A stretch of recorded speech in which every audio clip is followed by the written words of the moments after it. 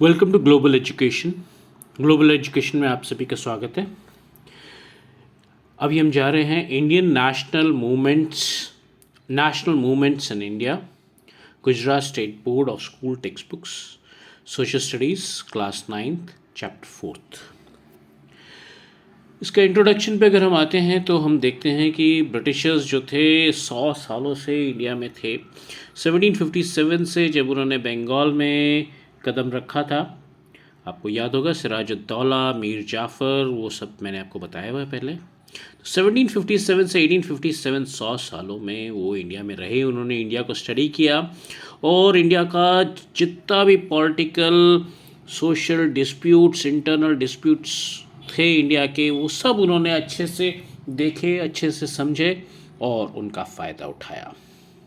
और उनका फ़ायदा भी कैसा उठाया कि उनको पता था कि इंडिया के सारे लोग जो थे, सारे के सारे राज्य, छोटे छोटे राज्य आपस में पॉलिटिकल और सब तरीके से आपस में लड़ते झगड़ते रहते थे। तो उसका ही उन्होंने फ़ायदा उठाया और वही इंडिया की सबसे बड़ी वीकनेस थी। और उन्होंने एक सुप्रीमेसी कायम करी, सबका वो करते हुए, वो सबके वीकनेसेस को देखते हुए एक सुप्रीमेसी कायम करी। और उन्होंने एक कॉमन लॉज लेके आए इंडिया के ऊपर राज्य करने के लिए, एडमिनिस्टर करने के लिए, common laws, common legal system. और उसका फ़ायदा किसको होना था और वो सब कुछ किसके बेसिस पे बन रहा था? वो सब ब्रिटिशर्स के एडवांटेज के लिए बन रहा था। ये सारा एडमिनिस्ट्रेटिव स्ट्रक्चर जो उन्होंने बनाया, वो उसका अल्टीमेट यूज़ जो था वो ब्रिटिशर्स को माला माल करने के लिए, उनकी प्रॉस्पेरिटी के लिए और इंडियंस को एक्सप्लॉइट करके, निचोड़ करके फेंक देने के लिए था। ये सब इंडियंस के कॉस्ट पर हो रहा था। तो यहीं पर जो है इंडियन नेशनल अपराइजिंग 1857 शुरू होती है। उसके कुछ इम्पॉर्टेंट फैक्टर्स अगर हम देखें तो वो थे पॉलिटिकल डिससैटिस्फैक्शन। सब लोगों के राज्य छीने जा रहे थे उनके ऊपर। ब्रिटिशर्स यानी कि कंपनी जो थी, ईस्ट इंडिया कंपनी, अभी तक कंपनी थी, वो पॉलिटिकल सुप्रीमेसी, मिलिट्री सुप्रीमेसी, उनको कब्ज़ा करके उनको अच्छे से एक्सप्लॉइट कर रही थी, इकोनॉमिकली एक्सप्लॉइट कर रही थी। बहुत सारे सोशल फैक्टर्स थे, फिर रिलीजियस फैक्टर्स भी थे, मिलिट्री फैक्टर्स भी थे, इस तरह से बहुत सारे फैक्टर्स थे। लेकिन जो इमीडिएट फैक्टर हुआ वो था एक एनफील्ड राइफ़ल इंट्रोड्यूस करी गई। एनफील्ड राइफ़ल जो थी उसमें ऐसा भी बोला गया कि सूअर का मांस भी है और गाय का चर्बी भी है। तो इस तरीके से वो इमीडिएट फैक्टर बन गया। उसमें मुसलमान भी सूअर का मांस के बारे में वो अगेंस्ट हुए और हिंदूज़ भी अगेंस्ट हो गए कि इसमें गाय की चर्बी भी है और सूअर का मांस भी है। तो हिंदूज़ और मुस्लिम्स दोनों के दोनों उसके अगेंस्ट में आए। ये इमीडिएट कॉज था। प्रोमिनेंट रेवोल्यूशनरीज जो थे 1857 के, वो थे नाना साहेब, जिनका पूरा नाम था नाना साहेब पेशवा, नाना साहेब पेशवा टू या ढोंडू पंत। ये नाम आपको वैसे ज़रूरत नहीं है, लेकिन आपके नॉलेज के लिए मैं बता रहा हूँ, आपके सिलेबस में नहीं आता है ये चीज़। फिर टाटिया टोपे। टाटिया टोपे का असली नाम था रामचंद्र पांडुरंगा यवालकर। राजा कुंवर सिंह, उनका नाम कुंवर सिंह ही था। रानी लक्ष्मीबाई आप सभी जानते हैं कौन थी, उनका नाम था रानी लक्ष्मीबाई ऑफ झांसी। मणिकर्णिका तांबे। बहादुर शाह जफ़र, काफ़ी बूढ़े थे। मिर्ज़ा अबू ज़फ़र सिराजुद्दीन मोहम्मद, ये उनका पूरा नाम था। जो इसमें सबसे पहले शहीद हुआ, मार्टर हुआ 1957 में, वो था मंगल पांडे। मंगल पांडे की वजह से ये 1857 की जो क्रांति हुई वो हुई थी और वो बिफोर टाइम हो गई थी। इफ़ेक्ट्स ऑफ 1857, इसमें क्या हुआ, इफ़ेक्ट क्या आया, असली चीज़ क्या हुई उससे, वो ये थी कि अभी तक आपको पता ही है कि ईस्ट इंडिया कंपनी इंडिया के ऊपर राज्य कर रही थी। तो ईस्ट इंडिया कंपनी का इंडिया के ऊपर से राज्य ख़त्म हो जाता है और क्वीन विक्टोरिया जो थी उसने डायरेक्ट अपने अंडर, अपने राज्य के अंडर इंडिया को ले लिया और डायरेक्ट इंडिया अब इंग्लैंड की कॉलोनी बन गया। अभी तक ईस्ट इंडिया कंपनी की कॉलोनी था, अब डायरेक्ट इंग्लैंड की कॉलोनी बन गया। एडमिनिस्ट्रेटिव और सोशल रिलीजियस पॉलिसीज़ में चेंज आया। जो 1857 की जो क्रांति हुई उसका फेलियर के भी बहुत सारे कारण थे। एक तो जैसे मैंने आपको बताया कि वो प्लान के टाइम के अनुसार से पहले ही हो गई, क्योंकि मंगल पांडे और जो एनफील्ड राइफ़ल जो इंट्रोड्यूस करी, जिसके कारण हिंदुओं को और मुस्लिम को दोनों को उसके ऊपर से प्रॉब्लम थी। और मंगल पांडे की वजह से ये जल्दी बिफोर टाइम शुरू हो गई, प्लान टाइम से पहले। उसमें कोई सेंट्रल लीडरशिप भी नहीं थी, प्रॉपर सेंट्रल लीडरशिप भी नहीं थी, प्रॉपर कमांड नहीं था, प्रॉपर प्लानिंग नहीं हो पाई थी। पूरी प्लानिंग अभी हुई नहीं थी, टाइम से पहले ही हो गया तो प्रॉपर प्लानिंग कैसे होएगी। बहुत सारी चीज़ें अभी प्लान करनी बाकी थी उसमें।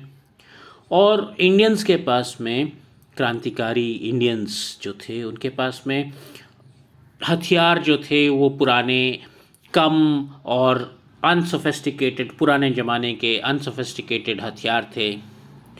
कोई सेंट्रल लीडरशिप, कोई सेंट्रल वो नहीं था, कोई कॉमन इंटरेस्ट जिसके ऊपर सारा नेशनलिज्म हो, जिसके ऊपर रेवोल्यूशन हो, वैसा भी नहीं था।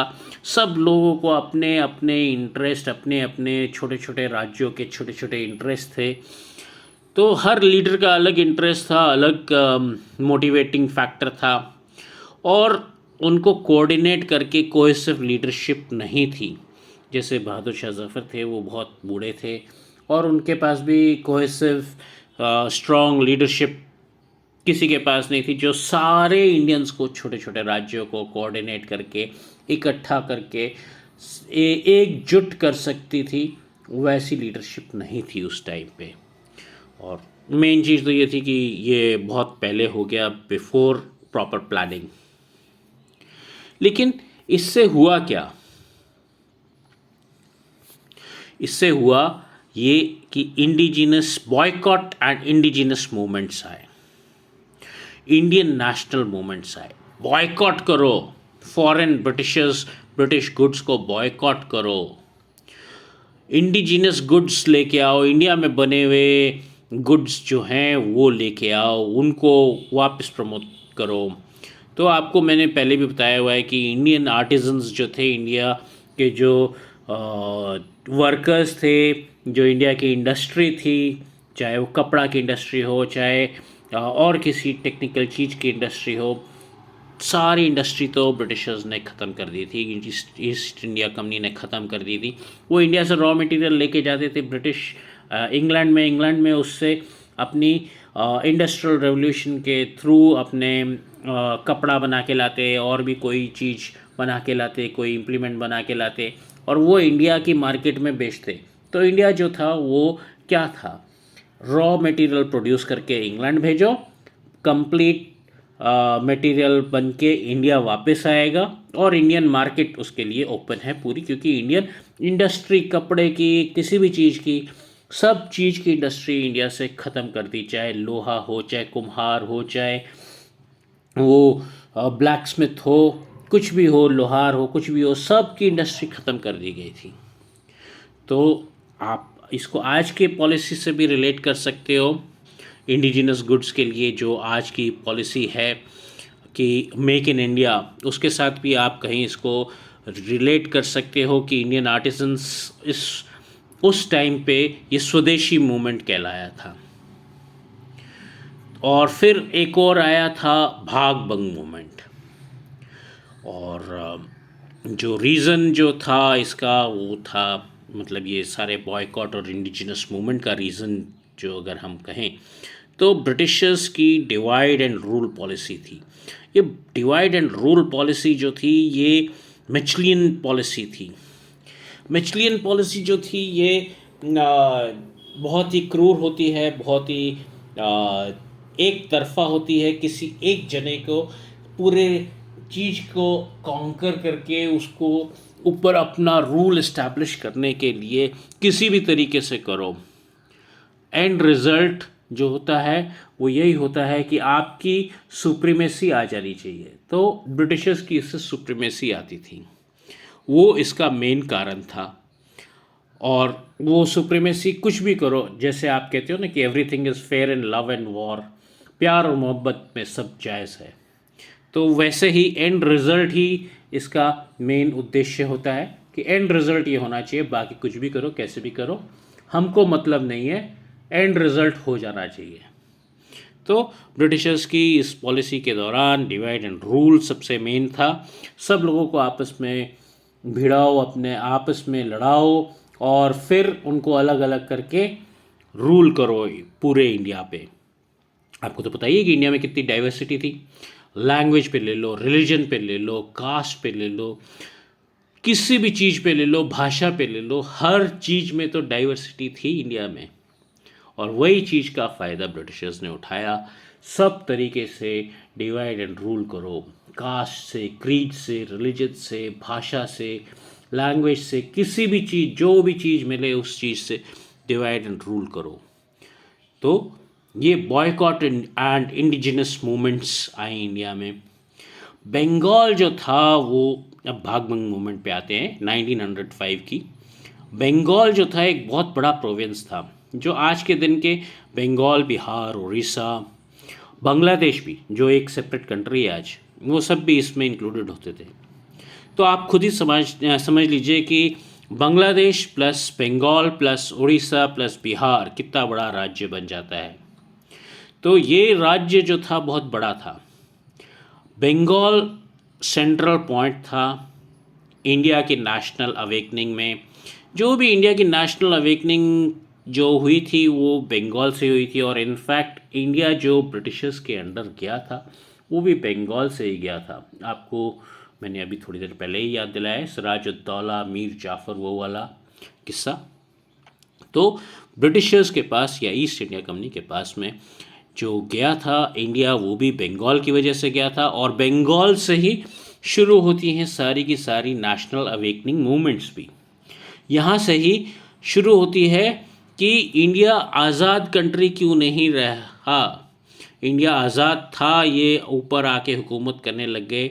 तो ये जो इम्पिटस था, जो चिंगारी थी, जो थॉट प्रोसेस था नेशनल मूवमेंट्स का, ये भी बंगाल से ही आता है।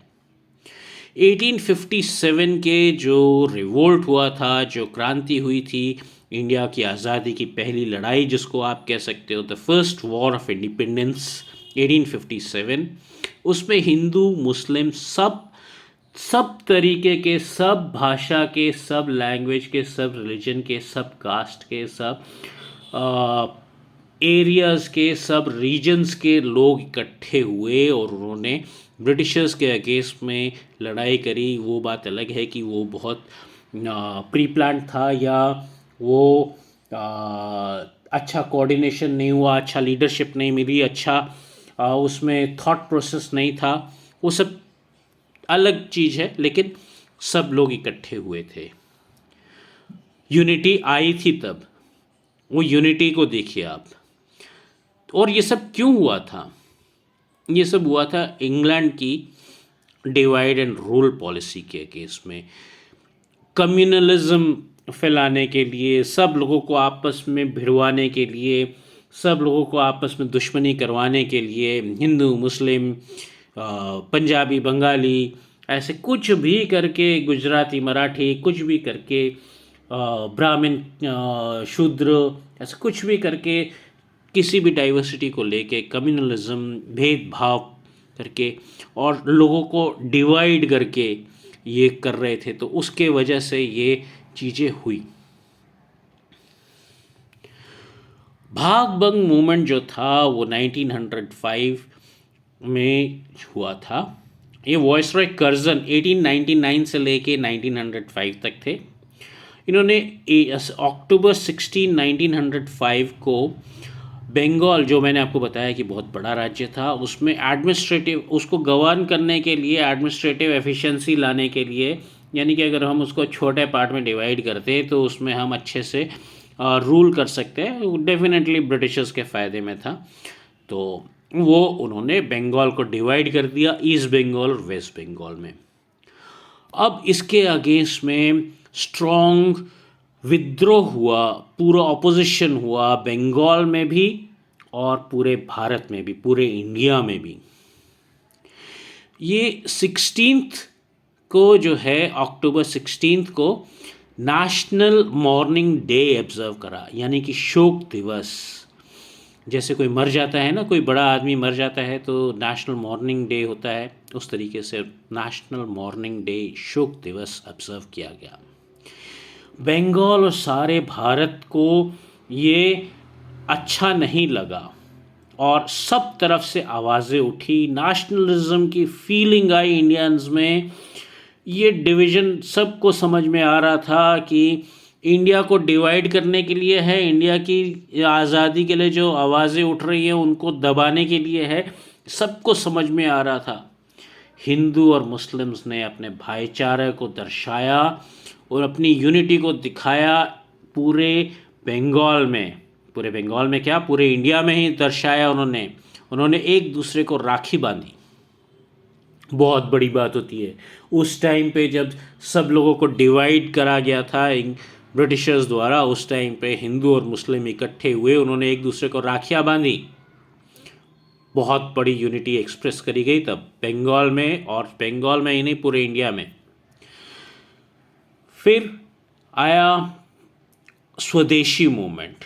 स्वदेशी मूवमेंट मतलब कैरेक्टरिस्टिक्स ऑफ भाग भंग मूवमेंट जो थी, अब हम उसके ऊपर आ रहे हैं। तो उसमें कैरेक्टरिस्टिक्स में स्वदेशी मूवमेंट आती है। इंडियन गुड्स को अडॉप्ट करो, इंडियन इंडस्ट्री को अडॉप्ट करो, वही इंडियन इंडस्ट्री जिसको ब्रिटिशर्स ने बंद कर दिया था, ख़त्म कर दिया था, पूरे नक्शे से मिटा दिया था, ऐसा समझ लीजिए आप। कहीं दूर दूर तक इंडियन आर्टिज़न, इंडियन काश्तकार, इंडियन जो आदमी था वो, इंडियन फार्मर वगैरह कुछ नहीं कर पाता था। चाहे क्लॉथ हो, चाहे कोई भी इंडस्ट्री हो, वो सब के सब इंग्लैंड से बन के आते थे। इंडिया से सिर्फ रॉ मटेरियल इंग्लैंड जाता था, बन के इंग्लैंड से वापस आता था। तो स्वदेशी मूवमेंट, वापस इंडियन कपड़ा अपनाओ, इंडियन गुड्स अपनाओ, इंडियन इंडस्ट्री को रिवाइव करो, स्वदेशी मूवमेंट लेके आया गया। फॉरेन गुड्स को बॉयकॉट करो, जो गुड्स इंग्लैंड से आ रहे हैं उसको बॉयकॉट करो। बॉयकॉट का मतलब उसका बहिष्कार करो, उसको यूज़ नहीं करो। आजकल भी आपने देखा होगा, boycott Chinese goods, boycott Chinese apps. अभी कोरोना के दौरान ही आपने ये सब देखा है ना, चाइनीज़ गेम्स, जो आप गेम्स खेलते थे मोबाइल पर, वो सब को बैन करिए।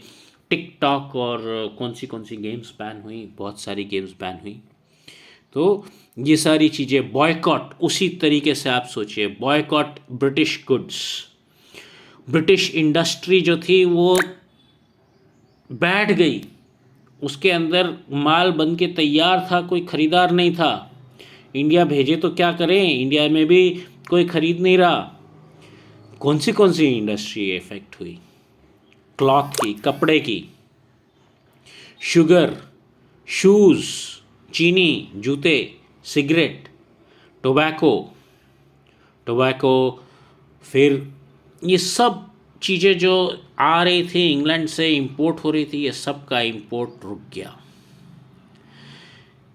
इंडिया की नेशनल एजुकेशन जो थी, जो पुरानी एजुकेशन सिस्टम जो इंडिया में होता था कि गुरुकुल में लोग जाते थे, वहाँ पे पढ़ते थे, इंडियन चीज़ पढ़ते थे, इंडियन रिलीजन पढ़ते थे, इंडियन ग्रंथ को पढ़ते थे, वो सब पढ़ते थे प्रॉपर। आपने रामायण महाभारत ये सब में देखा ही होगा कि बच्चे गुरुकुल जाते थे, वहाँ पे शिक्षा उनको मिलती थी। तो वो सारी शिक्षा जो थी वापस रिवाइव करने की कोशिश करी गई। Adopt national education, Indian education, Indian तरीके के अनुसार की एजुकेशन उनको दी जाए। फिर आया, ये सारी की सारी चीज़ें जो थी ये सिर्फ बंगाल में नहीं हुई, ये पंजाब में, यूपी में, एमपी में, बॉम्बे जो आज के दिन आप मुंबई के नाम से जानते हो, मद्रास जिसको आप चेन्नई के नाम से जानते हो, गुजरात में भी ये सारी चीज़ें महसूस करी गई। फिर ये जो इको थी, ये जो भाग भंग की मूवमेंट थी, स्वदेशी मूवमेंट थी, बॉयकॉट की मूवमेंट थी, ये ब्रिटिश के पास जब इतनी ज़बरदस्त स्वदेशी मूवमेंट चली, इंग्लैंड के गुड्स नहीं नहीं बिक रहे थे इंडिया में। इंग्लैंड की पूरी इंडस्ट्रियल रेवोल्यूशन के बाद में उनकी पूरी इंडस्ट्री ठप होने लगी, ठप होने के कगार पे आई। चाहे क्लॉथ हो, चाहे कोई भी चीज़ बनाने की हो, चाहे शूज़ बनाने की, चाहे शुगर बनाने की, चाहे कुछ भी बनाने की चीज़ हो, वो सारी इंडस्ट्री इंग्लैंड की ठप होने के लिए आई, क्योंकि सबसे बड़ी मार्केट जो थी इंडिया उनकी, वहाँ पे लोगों ने बहिष्कार कर दिया, हम बॉयकॉट करते हैं, हम इंग्लैंड के गुड्स नहीं खरीदेंगे। तो सारी तरफ अनएम्प्लॉयमेंट फैलेगा, बहुत बड़ा रिसेशन आएगा। तो ये चीज़ ब्रिटेन के पार्लियामेंट में इसकी इसकी जो अर्थक्वेक जैसा समझ लीजिए, वो अर्थक्वेक से इंग्लैंड का पार्लियामेंट हिल गया इस स्वदेशी मूवमेंट के। और ब्रिटिश पार्लियामेंट में इसके बारे में सोच विचार हुआ, और सोच विचार के ऊपर से 1911 में डिवीज़न ऑफ बंगाल स्क्रैप कर दिया गया। इसके और क्या इफ़ेक्ट आए, क्या कॉन्सिक्वेंसेस हुए, क्या इसका असर हुआ, उसमें आप सबसे पहले तो देख लीजिए कि एक मोरल बूस्टिंग जो इंडिया के बच्चे में जान भर देने वाली विक्ट्री की फीलिंग आई कि हाँ, हमने ब्रिटिश सरकार को हिला दिया। वो moral boosting victory, memorable victory, बहुत ही यादगार विक्ट्री थी ये, बहुत ही यादगार जीत थी ये। बहुत ही लंबा चला था ये एफर्ट, 1905 से लेके 1911 तक स्वदेशी अपनाओ और ब्रिटिशर्स का फॉरेन गुड्स का बहिष्कार करो, बॉयकॉट करो, ये सब बड़ा लंबा चला था, बहुत एफर्ट्स लगे थे इसमें, और ये चीज़ फाइनली ले ली गई थी। और तो और सबसे बड़ी चीज़, अब इंडियंस को ये एहसास हो गया कि हाँ, हम ब्रिटिशर्स को हिला सकते हैं, हम उनकी नर्व्स पे वार कर सकते हैं अगर हम ब्रिटिश गुड्स को ही बॉयकॉट कर दे और अपने गुड्स को ही खरीदे सिर्फ, तो हम पूरी ब्रिटिश पार्लियामेंट को, ब्रिटिश गवर्नमेंट को हिला सकते हैं। ये अवेकनिंग, ये जज्बा, ये फीलिंग आ गई इंडिया में कि क्या इनका रूल कैसे ख़त्म करे, कैसे क्या करे, उसके लिए रास्ता दिख गया इनको। मुस्लिम लीग 1906, बहुत कुछ हो रहा था इंडिया में। एक तरफ तो बंगाल का पार्टीशन हुआ, हिंदूज और मुस्लिम्स इकट्ठे हुए, उन्होंने राष्ट्रीय शोक दिवस, नेशनल मॉर्निंग डे मनाया। हिंदूज और मुस्लिम्स ने आपस में भाईचारा दिखाते हुए एक दूसरे के हाथों पे राखी बांधी। हिंदूज एंड मुस्लिम्स यूनाइट हो रहे थे, मगर यहाँ पर बहुत बड़ा खेल चल रहा था। लॉर्ड मिंटो जो इंडियन वाइसरॉय थे उस टाइम पे, उनके वज़ीर या दीवान मोरली और पर्सनल मिनिस्टर डनलप स्मिथ, ये सब कुछ अलग ही प्लान कर रहे थे। ये इंडियन नेशनलिज्म को पूरी तरह से उखाड़ के फेंक देना चाहते थे, क्रश कर देना चाहते थे, कुचल देना चाहते थे, ये डिवाइड एंड रूल करना चाहते थे इन्होंने, और एक तरीका ढूंढा हिंदूज वर्सेस मुस्लिम्स करने का। तो इसमें क्या किया इन्होंने, जैसे जैसे ये फाइट स्वदेशी की और नेशनलिज्म की और ब्रिटिश गुड्स का बहिष्कार, बॉयकॉट फॉरेन गुड्स एंड स्वदेशी गुड्स का वो चल रहा था कि स्वदेशी गुड्स को प्रमोट करो, नेशनल एजुकेशन को प्रमोट करो, इंग्लिश एजुकेशन को बॉयकॉट करो, जैसे जैसे वो मोमेंटम ग्रो कर रहा था, वैसे वैसे ब्रिटिशर्स भी कुछ कर रहे थे, वो चुप नहीं बैठे हुए थे। उन्होंने क्या किया कि अपर क्लास मुस्लिम्स के साथ में मिल गए और उनको कन्विंस कर दिया, उनके कुछ मुस्लिम लीडर्स को कुछ सेपरेट मुस्लिम ऑर्गेनाइजेशन बनाने के लिए, एक सेपरेट मुस्लिम पार्टी बनाने के लिए, जिसका नाम मुस्लिम लीग पड़ा बाद में, और ये बनी थी 1906 में। तो उन्होंने प्रोवोक किया, उनको वो अपर क्लास मुस्लिम्स को उन्होंने अलग करने की कोशिश करी और उन्होंने कहा कि आप अपने सेपरेट वोटिंग राइट्स मांगिए, वोटिंग सेंटर्स सेपरेट मांगिए। और उनके कुछ इम्पोर्टेंट लीडर्स जो थे वो थे आगा खां, जो एक रिलीजियस लीडर थे, नवाब ऑफ ढाका सलीमुल्लाह खां, ये उनके कुछ इम्पोर्टेंट लीडर्स थे। और इनको करना क्या था, हिंदूज वर्सेस मुस्लिम करना था, डिवाइड एंड रूल करना था। कहा जाता है कि जो actual father of Muslim league था, एज पर हिस्टोरियंस वो कोई और था। और ऑल्सो जो पार्टीशन हुआ इंडिया और पाकिस्तान का, या जो नींव रखी गई पार्टीशन की, उसका नींव रखने वाला या पार्टीशन का जो फादर ऑफ पाकिस्तान कह लो या कुछ भी कह लो, वो भी एज पर हिस्टोरियंस कोई और था। चलिए हम पढ़ते हैं कौन था। मिंटो जो था उसने मुस्लिम्स को एसोसिएट्स की तरह यूज़ किया। उसने कहा कि तुम हमारे एसोसिएट्स, तुम हमारे साथ आगे काम करो, तुम बहुत इम्पोर्टेंट लोग हो। ये क्यों कहा उसने? डिवाइड एंड रूल करना था उसको, हिंदूज वर्सेस मुस्लिम्स करना था। यूनिटी बहुत हो रही थी इंडिया में, बंगाल के नाम पे, आज़ादी के नाम पे, इंडियन नेशनलिज्म के नाम पे, वो सब तोड़नी थी। जहाँ यूनिटी हो रही थी वहाँ उसने और एक बीज बो दिया अपर क्लास मुस्लिम्स में कि तुम मेरे एसोसिएट्स हो, आ जाओ मेरे साथ में काम करो। हिंदूज और मुस्लिम्स के बीच में कॉन्फ्लिक्ट का सीड भी बो दिया। जहाँ यूनिटी हो रही थी वहीं पे सीड भी बो दिया कि अब कर लो भैया तुम यूनिटी, हम तो तुमको अलग अलग करके रहेंगे। और उस सीड का नतीजा आप आज तक देख रहे हो। उसमें इंडिया और पाकिस्तान अलग हुए, बांग्लादेश भी अलग हुआ, और आज तक हिंदू और मुसलमानों के बीच में राइट्स होते हैं। आज तक अच्छी यूनिटी नहीं है। वो कब सीड बोया गया? 1906। एक्चुअली सीड तो और भी पहले बोया गया था, लेकिन तब यूनिटी करने की कोशिश करी गई इंडियंस की तरफ से, तो और एक बार वापस सीड बो दिया गया मुस्लिम लीग के नाम से। और हिस्टोरियंस जो हैं, और ये जो हिंदू मुस्लिम राइट्स होते हैं, लड़ाइयाँ होती हैं, आपस में नोक झोंक होती है, लड़ाई होती है, कॉन्फ्लिक्ट होता है, कुछ भी कह लीजिए आप, होता तो है ही है। वो आज तक चल रहे हैं, तब से आज तक।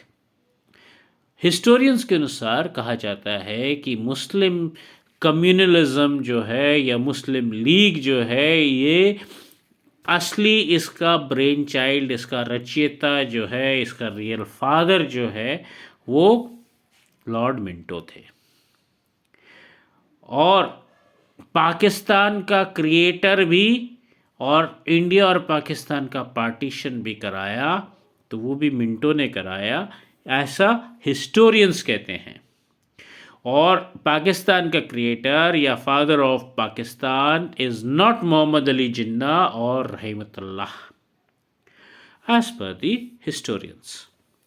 और जब ये स्टार्ट किया गया था तब इनको कैसे अलग करा गया, उसका भी एक बहुत अच्छा किस्सा है कि जिस दिन एनुअल कॉन्फ्रेंस ऑफ कांग्रेस होनी थी, उसी दिन annual conference of Muslim league जो नई नई बन रही थी, उसका annual conference of Muslim league भी उसी दिन रखा गया। और मुस्लिम्स जो थे वो मुस्लिम लीग में गए, और हिंदूज जो थे वो नेशनल मतलब कांग्रेस में गए। तो यहीं से उन्होंने दोनों को अलग कर दिया, और वो आज तक अलग ही चल रहे हैं। चलिए आगे चलते हैं। Birth and development of extreme revolutionary movement. भाई कुछ तो स्पार्क हुआ होगा, कुछ तो चिंगारी हुई होगी, कुछ तो आग लगी होगी, कहीं पे आग लगने के लिए कहीं तो चिंगारी लगी होगी, कहीं तो एक माचिस की तीली लगाई गई होगी। तो माचिस की तीली, वो चिंगारी, वो था बंगाल का पार्टीशन का कैंसलेट होना। अरे इतनी बड़ी चीज़ हो गई वहाँ पर, इंग्लैंड की पार्लियामेंट में ये प्रश्न उठाए गए और वहाँ से ये कैंसिल करा गया। वहाँ से ईस्ट इंडिया कंपनी को हटाकर, इंडिया के ऊपर से ईस्ट इंडिया कंपनी को हटाकर डायरेक्ट क्वीन का शासन आया। डायरेक्ट इंडिया क्वीन के कंट्रोल में आया। थर्ड पार्टी नहीं इन्वॉल्व है अब, डायरेक्ट क्वीन, डायरेक्ट इंग्लैंड की महारानी इन्वॉल्व हुई इंडिया के ऊपर। पूरा इंग्लैंड हर गया, वहाँ पे हरकत में आया। जब वहाँ की रोजी रोटी छिन गई, वहाँ की इंडस्ट्री बंद होने लगी, तब ये सारा कुछ हुआ। तो कुछ तो बात हुई थी ना, बंगाल का पार्टीशन का रद्द होना, वो सबसे बड़ी बात थी। फिर 1907 में सूरत में कांग्रेस की कॉन्फ्रेंस होती है, जहाँ पे पार्टीशन हो जाता है दो ग्रुप्स में। एक तो जहाल और एक होता है मवाल। जहाल जो होते हैं वो रैडिकल, यानी कि हम कर मिटेंगे, हम कर गुजरेंगे, हमको कोई परवाह नहीं, हमको बस आज़ादी लेनी है, चाहे मारना पड़े चाहे मरना पड़े, आज़ादी हमारे को लेनी है। और एक मवाल मॉडरेट, जो कि साहब हमको कृपया करके ये चीज़ दे दीजिए, हमारी ये मांग जायज़ है, हमारी ये मांग पूरी करी जाए, आप हमारे को कृपया करके कुछ हमारे प्रतिनिधियों को अपनी गवर्नमेंट में शामिल कर लीजिए, आप कृपया करके ऐसे कर दीजिए, कृपया करके वैसा कर दीजिए, रिक्वेस्ट करते थे वो मॉडरेट। तो उनको बोला गया था मवाल। और जो आए कर गुजरने की तमन्ना लेके अपने दिल में, उनको कहा गया जहाल। तो अब एक ग्रुप आया लाल बाल पाल। लाल बाल पाल आपको पता है कौन थे, हमने आपको बताया हुआ है पहले। लाल से होते हैं लाला लाजपत राय, बाल से होते हैं बाल गंगाधर तिलक, और पाल से होते हैं बिपिन चंद्र पाल। तो लाल बाल पाल जो थे ये भी रैडिकल ग्रुप में ही आए, तीनों के तीनों। और इनके कारण एक जो जवान बच्चे थे इंडिया के, जो यंग जनरेशन जो थी, वो तंग आ गई थी मॉडरेट के लेथार्जिक और रिक्वेस्ट वाले रुख से तंग आ गई थी। और उनको एक नई ऊर्जा मिली, एक नई शक्ति मिली, एक नई एनर्जी मिली जब लाल बाल पाल और रेडिकल्स आ गए सामने।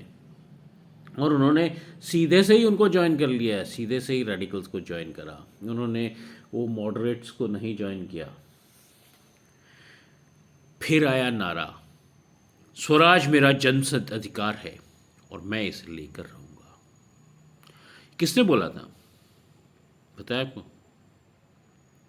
ये बोला था लोकमान्य बाल गंगाधर तिलक जी ने।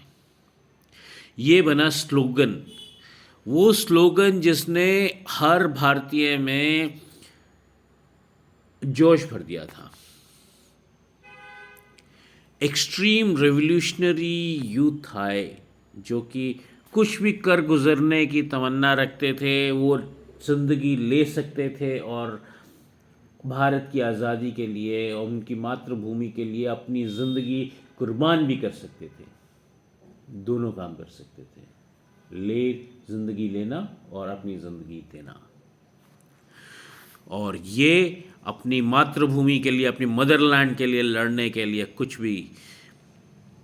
तो ये यहाँ से स्टार्ट होता है फियर्स रेवोल्यूशनरी मूवमेंट्स इंडिया में। और ये इंडिया से ही नहीं, इंडिया में ही नहीं रही, बल्कि इंडिया से चारों तरफ ये फैली, ये फियर्स रेवोल्यूशनरी मूवमेंट्स। और ये रेवोल्यूशनरी मूवमेंट्स के मुख्य लोग कौन थे आपको पता है? इसके फर्स्ट रेवोल्यूशनरी जो इंडिया में माने जाते हैं वो हैं वासुदेव बलवंत फाड़के। फिर दो भाई थे, दामोदर और बालकृष्ण, दामोदर और बालकृष्ण चापेकर। वीर सावरकर, नाम तो सुना होगा आपने। बद्रीनाथ घोष, खुदीराम बोस, प्रफुल्ल चक्की, राम प्रसाद बिस्मिल, अशफाकुल्ला खां, चंद्रशेखर आज़ाद, मैं आज़ाद हूँ। अ, शहीद भगत सिंह, ये भी नाम आपने सुना होगा। शिवराम राजगुरु, सुखदेव, ये तीनों इकट्ठे जेल में थे। भगत सिंह, राजगुरु और सुखदेव तीनों को इकट्ठे ही फांसी हुई थी।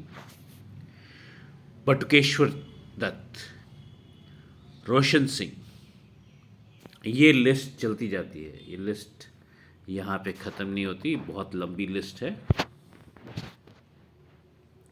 Birth and development of extreme revolutionary movement, यहाँ पर रेवोल्यूशनरी एक्टिविटीज़ जो इंडिया में थी वो इंडिया में सिर्फ रही नहीं, इंडिया के बाहर भी गई। लेकिन इंडिया में कहाँ कहाँ स्प्रेड करी, पहले बाहर जाने से पहले वो स्प्रेड करी महाराष्ट्र में, बंगाल में, पंजाब में, बिहार में, उड़ीसा में, गुजरात में, राजस्थान में, मद्रास, यूपी, एमपी, सब जगह पूरे इंडिया में स्प्रेड करी। इनको स्प्रेड करने के लिए कुछ सोसाइटीज़ भी सामने आईं, जैसे मित्र मेला सोसाइटी, अभिनव भारत समाज, अनुशीलन समिति, अंजुमन ए मोहल्लाने वतन, इंडियन, माफ़ करिएगा थोड़ा प्रोनाउंसिएशन गलत हो रही है मेरे से, इंडियन पेट्रियट्स एसोसिएशन जो बाद में बनी भारत माता। इस तरह की बहुत सारी रेवोल्यूशनरी एक्टिविटीज़ बहुत सारी सोसाइटीज़ में हुई। इनको न्यूज़पेपर्स और मैगजीन्स यानी कि पीरियोडिकल्स ने भी स्ट्रेंथ दी, ताकत दी और इनको चारों तरफ फैलाया। वो न्यूज़पेपर्स कौन से थे? संध्या, युगांतर, नवशक्ति, वंदे मातरम, केसरी, मराठा, इस तरह के बहुत सारे न्यूज़पेपर्स थे जिनके कारण इनको ताकत मिली और ये आगे बढ़े। Birth and development of extreme revolutionary movements, Alipur massacre हुआ, 34 रेवोल्यूशनरीज को पकड़ा गया और प्रोसिक्यूट किया गया। हावड़ा मैसेकर हुआ, बहुत सारे रेवोल्यूशनरीज अरेस्ट हो गए। ढाका मैसेकर हुआ। फिर लॉर्ड हार्डिंग को बॉम्ब गिराकर दिल्ली में मारने की कोशिश हुई। नवंबर 13, 1909 को अहमदाबाद में रायपुर दरवाज़ा पे एक बॉम्ब गिराया गया। वो बॉम्ब गिराया गया था वॉइसरॉय मिंटो पर। ये बग्गी में थे उस समय, बच गए। घोड़े चलाते हैं ना बग्गी, चैरियट, उसमें थे। फिर सेकंड फेज़ आता है 1920 से 1942 तक। ये आपने ऑलरेडी पढ़ा हुआ है। काकोरी लूट case, Lahore massacre, bomb dropping on central parliament Delhi, ये सब आपने पहले पढ़ा हुआ है। फिर pioneer of revolutionary movement in Gujarat, Gujarat में भी रेवोल्यूशनरी मूवमेंट हुआ। श्री अरबिंदो घोष, जो ज़्यादातर पीछे छुप के काम करते थे, सामने नहीं आते थे, लेकिन उनके भाई थे वरिंद्र कुमार घोष, वो सामने आते थे, वो सामने से लीड करते थे। 1902 में ये दोनों गुजरात आए और गुजरात आने के बाद में साउथ गुजरात की तरफ ये चले गए। इनको कुछ काबिल साथी मिले, छोटू भाई, अम्बू भाई पुरानी, इस तरह के कुछ काबिल साथी मिले। वरिंद्र कुमार जो थे वो सकरिया स्वामी से मिले, नर्मदा नदी के किनारे। सकरिया स्वामी जो थे वो रानी लक्ष्मीबाई के साथ में 1857 के जो महाक्रांति हुई थी उसमें भी वो थे, तो उनसे मिले और उनसे बहुत प्रभावित हुए। इन्होंने मिडिल क्लास के यंग बच्चों को प्रभावित किया और उनको अपने साथ मिलाया। बड़ौदा के चरोतर आनंद के पास में एक जगह है, खेड़ा, अहमदाबाद, महसाना, यहाँ सबके जो बच्चे थे, जो मिडिल क्लास यूथ थे, जवान बच्चे, उनको इन्होंने अपने साथ शामिल किया। इनका एक मुख्य काम ये भी था कि वॉयसरॉय मिंटो की बग्गी जो अहमदाबाद में रायपुर दरवाज़ा के बाहर, उसको बॉम्ब से मारा। स्कीम ऑफ रेवोल्यूशन ऐसा चलता है कि श्री अरबिंदो घोष ने बुक लिखी अपनी एक, भवानी मंदिर, जिसकी गुजराती ट्रांसलेशन भी हुआ दक्षिणा, एक जर्नल में। उन्होंने काफ़ी सारे बुकलेट्स पब्लिश करे अपने रेवोल्यूशनरी आइडियाज़ के बारे में, और उस रेवोल्यूशन को कैसे बढ़ाना है, कैसे बॉम्ब बनाना है, कैसे ब्रिटिशर्स से आज़ादी पानी है, और उसको ब्रिटिशर्स से छुपा के सब तरफ कैसे फैलाएं। तो उन्होंने एक नायाब तरीका इसमें डाला। उन्होंने अपने जो ये सारे पब्लिकेशंस बनाई रेवोल्यूशनरी मेथड्स के लिए, बॉम्ब बनाने के लिए, ये सब करने के लिए, उसके नाम देखिए, देसी वनस्पति दवाओं, यानी कि आयुर्वेदिक दवाएं, देसी इंडियन आयुर्वेदिक दवाई, मेडिसिन, वो बनाने की विधि। नहावना साबुन बनावनी रीत, नहाने का साबुन, सोप बनाने की मेथड, कसरत, एक्सरसाइज, गुलाब नो किस्सो, रोज़ का किस्सा, रोज़ फ्लावर, कायदा ना संग्रह, तो कायदा का संग्रह करा। इस तरीके से उन्होंने अपने पब्लिकेशंस बनाए और अपनी मेथड्स जो थे वो जन जन में बांटे, और ब्रिटिशर्स कैसे उसको पकड़ सकते थे। गंगनाथ विद्यालय इन्होंने खोला, चाणोद कार्नेल ने इस्टेब्लिश करा, सीक्रेट रेवोल्यूशनरी एक्टिविटीज़ के लिए। बहुत सारे गुजराती जवान बच्चे जो थे इनके सीक्रेट एक्टिविटीज़ में शामिल हुए। स्टर्न एक्शन लिया गया इन जवान बच्चों के खिलाफ गवर्नमेंट द्वारा, लेकिन लड़ाई नहीं रुकी। गवर्नमेंट जो थी, ब्रिटिशर्स ने रियलाइज़ कर लिया कि अब सप्रेशन नहीं हो सकता, और सप्रेशन करके हम भारत के ऊपर, इंडिया के ऊपर रूल नहीं कर पाएंगे, ये उन्होंने रियलाइज़ कर लिया था। लेकिन ये तो गुजरात था, अभी तो फॉरेन की तरफ भी रुख करिए, फॉरेन भी देखिए, फॉरेन में क्या कुछ हो रहा था। रेवोल्यूशनरी मूवमेंट्स जो इंडिया में चल रही थी वो दुनिया भर में स्प्रेड होती जा रही थी, और इंडिया की आज़ादी की मांग सिर्फ इंडिया की धरती से नहीं, सिर्फ भारत माता की धरती से नहीं, बल्कि फॉरेन की धरती से भी हो रही थी कि भारत को आज़ादी दो। कहाँ कहाँ से हो रही थी ये? इंग्लैंड से, कनाडा से, अमेरिका से, जर्मनी, फ्रांस, म्यांमार यानी कि Burma, Malaya, Singapore, Afghanistan, Russia, अरे लिस्ट तो चलती जाएगी। ये तो कुछ चुनिंदा कंट्रीज़ हैं सिर्फ। इसमें शामिल कौन कौन हुए? इसमें शामिल हुए श्यामजी कृष्ण वर्मा, मदन लाल ढींगरा, वीर सावरकर तो आपने बहुत अच्छे से नाम सुना होगा, लाला हरदयाल, उधम सिंह, राजा महेंद्र प्रताप, मैडम बीकाजी कामा, सरदार सिंह राणा, मौलाना अब्दुल्ला, मौलाना बशीर, चंपक रमन पिल्ले, डॉक्टर माथुर सिंह, खुदा बख्श। इसका इफेक्ट क्या हुआ फॉरेन कंट्रीज़ में?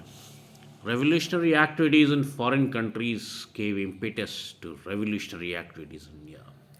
अरे जब बाहर से भी रेवोल्यूशनरी एक्टिविटीज़ होती हैं तो इंडिया के रेवोल्यूशनरी कहाँ चुप बैठेंगे, उनको तो और डबल डोज का इंजेक्शन मिल जाता है, वो तो फिर और उछलेंगे, और ज़्यादा काम करेंगे, और ज़्यादा रेवोल्यूशन करेंगे, उनमें और ज़्यादा जोश भर जाता है जब बाहर से भी उनको समर्थन मिल जाता है, बाहर से भी उनके भाई, उनके दोस्त इंडिया की आज़ादी की मांग करते हैं तब। तो इंडियन युद्ध जो था 18 से 24 साल का, वो रैडिकल फ्रीडम मूवमेंट्स में इन्वॉल्व हो गया था, उसको अपने मौत की खौफ नहीं था। अब वो कुछ भी कर सकता था, कुछ भी, कोई भी जोखिम से जोखिम भरा काम हो, डिफ़िकल्ट से डिफ़िकल्ट काम हो, वो करने के लिए तैयार था। और अगर पकड़े गए तो क्या हुआ? मौत को गले लगा लेंगे, भारत माता की आज़ादी के स्लोगन गाएंगे और मौत को गले लगा लेंगे। शहीद भगत सिंह याद है आपको? नारे उठे, इनकलाब जिंदाबाद, वंदे मातरम, अपनी मातृभूमि की आज़ादी के लिए। ये सैक्रिफाइसेस जो थे, ये जो शहीद हुए, इन्होंने और यंगर जनरेशन को कई पीढ़ियों तक आज तक भी ये मोटिवेट करते हैं और उनको कहते हैं कि अपनी आज़ादी के लिए लड़ो।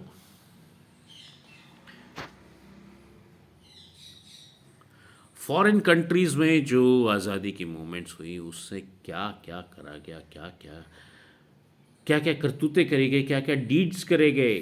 पिस्टल स्मगल करे गए, इंडिया लाए गए इंग्लैंड से। कैसे लाए गए? बेडिंग्स में, बेडिंग्स यानी कि बिस्तर, रजाई, गद्दे, ये सब में, तकिए, ये सब में भर भर के। और किसके?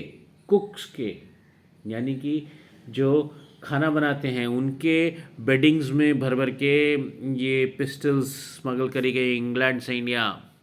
मदन लाल ढींगरा जी ने इंग्लैंड में बैठ के क्या किया? विलियम वाइल को मारा। विलियम वाइल्स ने रेवोल्यूशनरीज को क्रिटिसाइज किया था। लाला हरदयाल 1907 कैलिफोर्निया अमेरिका में उन्होंने इस्टेब्लिश करा इंडियन इंडिपेंडेंस लीग, गदर पार्टी जिसको बाद में कहा गया। इसमें वीकली पब्लिकेशन करते थे वो, गदर के नाम से, 4 भाषाओं में पब्लिश करते थे। तारक नाथ दास और करतार सिंह ने ज्वाइन करा लाला हरदयाल को। चंपक रमन पिल्ले जर्मनी में, उन्होंने बनाया हिंद राष्ट्रीय स्वयं सेवक दल, 1907 में प्लान किया। इराक को हेडक्वार्टर बनाया और इंडिया के ऊपर अटैक का प्लान था। मैडम बीकाजी कामा स्टुअर्टगर्ट जर्मनी में इंटरनेशनल सोशलिस्ट कॉन्फ्रेंस में उन्होंने इंडियन नेशनल फ्लैग प्रिपेयर किया और हॉइस्ट किया। First time Indian national flag बना और उसको हॉइस्ट करा गया स्टुअर्टगर्ट जर्मनी में। वो करने वाली कौन थी? मैडम बीकाजी कामा। क्या औरतें कहीं कम रहीं? औरतें भी आगे आई, औरतों ने भी कमान संभाली। आज़ादी चाहिए थी, देश की आज़ादी, इंडिया की आज़ादी।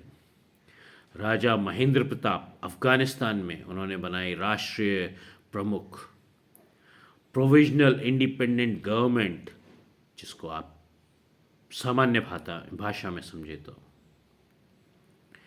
इसको ज्वाइन किया बरकतुल्ला ने, अबिदुल्ला, मौलाना बशीर, शमशेर सिंह, डॉक्टर माथुर सिंह और भी बहुत सारे थे। और इस गवर्नमेंट ने क्या किया? इस गवर्नमेंट ने एफर्ट किया कि उनको मदद मिले चारों तरफ से, रशिया से, ईरान से, टर्की से और भी कंट्रीज से। उन्होंने टर्किश चीफ अनवर पाशा और उसके गवर्नर को मिले। गालिब नामा लिखा उन्होंने, जो एक रेशमी रुमाल पे, सिल्क हैंडकरचिफ पे लिखा गया, सारे मुसलमान भाइयों यूनाइट हो जाओ, एक हो जाओ, लड़ना है क्रिश्चियंस के अगेंस्ट में। ये लिखा गया उस पर, ये कॉन्स्पिरेसी लिखी गई। अगर आप इसको कॉन्स्पिरेसी कहें तो कॉन्स्पिरेसी, अगर आप इसको इंडिया की आज़ादी के लिए कहें तो वो इंडिया की आज़ादी के लिए, जो मर्ज़ी आपका, जो चॉइस है वो कहिए आप इसको। फिर गोल्डन स्ट्रिप भेजी गई और वो किसके सिग्नेचर से? राजा महेंद्र प्रताप के सिग्नेचर के साथ में उसको रशियन ज़ार, रशिया का जो राजा सुल्तान जो था उसके पास भेजी गई। उससे मदद मांगी गई कि भाई आप इंग्लैंड से सारी टाइज ख़त्म कर दीजिए और आप इंडिया की रेवोल्यूशन के साथ में रेवोल्यूशनरीज को सपोर्ट करिए। ट्रॉट्स्की जो एक रशियन रेवोल्यूशनरी थे, उन्होंने कहा कि मैं भारत के साथ हूँ, मेरी पूरी समर्थन है भारतीय रेवोल्यूशनरीज के साथ में। I am with India and I support Indian revolutionaries. Trotsky Russian revolutionary ने कहा। रेवोल्यूशनरी मूवमेंट्स तो ये सब जो एफर्ट कर रहे थे वो कहीं ना कुछ थोड़ा बहुत ही सही या कई बार तो बहुत ज़्यादा लेकिन रंग ला रहे थे। कुछ तो मदद मिल रही थी बाहर से भी। फिर सोहनलाल पाठक बर्मा और परमानंद सिंगापुर ने और एक कारनामा किया जो कहलाया कामगात मारू एंड टोशमारू स्ट्रीमर इवेंट्स। थोड़ा प्रोनाउंसिएशन डिफरेंट है लेकिन लर्न करना पड़ेगा आपको। मैं भी इसको ठीक से प्रोनाउंस नहीं कर पाता हूँ। ये सब इंस्पिरेशन मिले, मोटिवेशन मिले इंडियन रेवोल्यूशनरीज़ को जो बाहर रह रहे थे, और जो बाहर रह रहे रेवोल्यूशनरीज जो काम करते थे उससे अल्टीमेट वापस प्रेरणा किसको मिलती थी? जो इंडिया के अंदर रह के रेवोल्यूशनरी लड़ाई कर रहे थे अगेंस्ट द ब्रिटिश, उनको वापस प्रेरणा मिलती थी और ज़्यादा करो भैया, बाहर वाले इतना कर रहे हैं तो हम अंदर रह के क्यों नहीं कर सकते, हमको और ज़्यादा करना पड़ेगा उनसे। Morli Minto reforms 1909। ब्रिटिशर्स की तो पॉलिसी थी डिवाइड एंड रूल करो, लोगों में नफ़रत फैलाओ किसी भी तरीके से, किसी भी, इतनी सारी तो डाइवर्सिटीज़ हैं इंडिया में, किसी भी डाइवर्सिटी को उठा लो और उसके ऊपर से डिवाइड एंड रूल करो। और डिवाइड एंड रूल उनका बहुत ही ज़्यादा अच्छे से चलता था। हिंदू और मुस्लिम्स के बीच में दरार डालो, लड़ाई झगड़ा कराओ, दुश्मनी पैदा करो।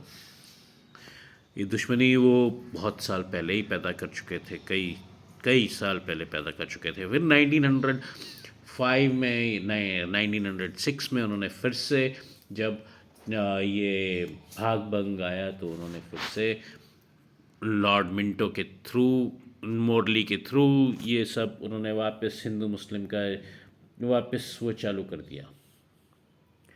तो नया बीज बोया था इस बार, एजुकेटेड अपर क्लास मुस्लिम्स को अपने साथ लेके, उनको एसोसिएट्स बनाकर।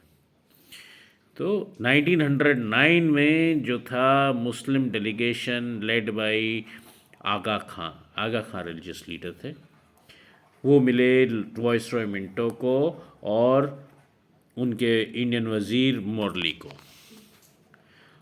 और रिफॉर्म्स पास होते हैं जो कहलाते हैं मोरली मिंटो रिफॉर्म्स। ब्रिटिशर्स ने एक्सेप्ट करा कि मुस्लिम्स को सेपरेट इलेक्टोरेट दिया जाएगा। भाई बीज तो आपने बोया था, आपको तो एक्सेप्ट करना ही था।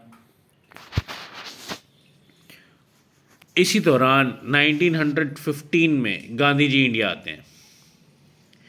गांधी जी बहुत समय से ये कह लीजिए ना कि बचपन में या बचपन के बाद में वो फॉरेन चले गए, इंग्लैंड चले गए, वहाँ पे उन्होंने अपनी पढ़ाई करी और फिर पढ़ाई करने के बाद में वो मतलब लॉयर बने, बारट लॉ हुआ इंग्लैंड से, और फिर उसके बाद में वो साउथ अफ्रीका चले गए जहाँ पे उन्होंने अपार्थाइड देखी, गोरे और काले के बीच में भेदभाव देखा, तो वहाँ पे उन्होंने सत्याग्रह किया। तो साउथ अफ्रीका में सत्याग्रह करने के बाद में, रेसिज्म के खिलाफ लड़ने के बाद में वो इंडिया आते हैं। वो इंडिया आते हैं तो उनके गुरु होते हैं गोपाल कृष्ण गोखले, उनके एक वजह से ही वो इंडिया आए थे। और उनके गुरु दूसरे होते हैं श्रीमद राजचंद्र, जो एक स्पिरिचुअल मेंटर और इंस्पिरेशन थे उनके पीछे। तो ये दोनों गुरु गोपाल कृष्ण गोखले और श्रीमद राजचंद्रा के नेतृत्व के वो स्टूडेंट बने।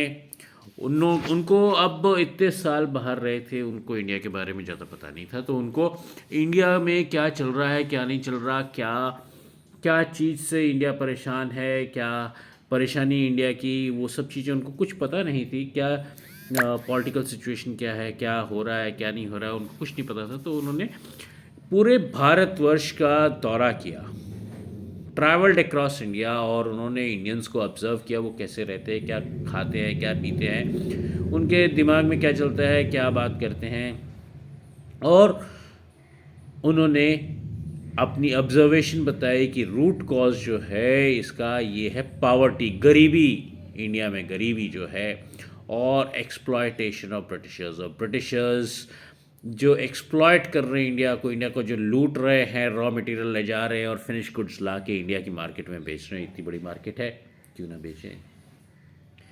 उनका इंडस्ट्रियल रेवोल्यूशन भी पूरा हो जाता है। तो उन्होंने कहा कि ये हमको ब्रिटिश रूल इंडिया से हटाना है, उसका उन्होंने प्लान बनाया गांधी जी ने।